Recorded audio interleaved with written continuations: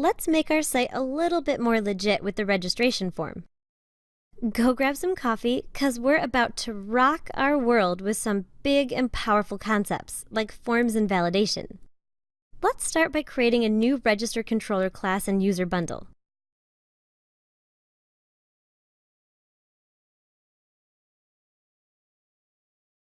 Creating a controller by hand is easy. Just add the right namespace and then extend Symfony's base controller class. The register action method will be our actual registration page. I'm kinda liking these annotation routes, so let's use those again.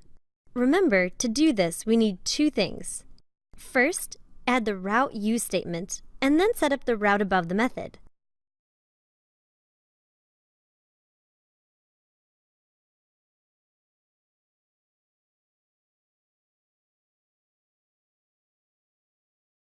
Second, we need to import the routes and routing.yaml. And hey, we're already importing annotations from the entire controller directory, so we're ready to go. To see if the route is being loaded, run the router debug console task. Yep, there it is. Now let's build a form, which is an object that knows all of the fields we want and their types. It'll help us render the form and process its values. It's pretty fancy. Start by calling the createFormBuilder method. Now use the add function to give the form username, email, and password fields. The two arguments to add are the name of the field and the field type. Symfony comes with built-in types for creating text fields, select fields, date fields, and force fields.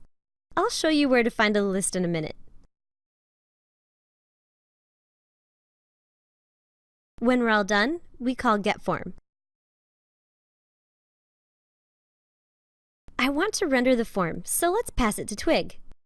To save and impress my Ewok friends, I'm going to use the @template annotation trick. Pass the form as the only variable. So let's create the Twig template. Make a register directory in resources views, since we're registering from register controller. And @template uses that to figure out the template path. I'll paste in some HTML goodness to get us started.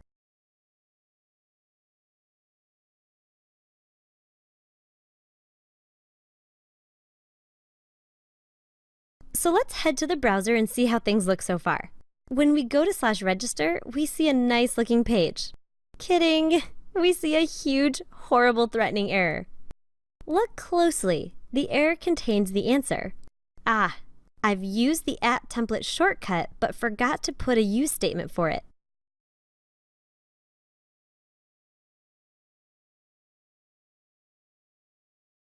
After adding the namespace, I can refresh and see the page.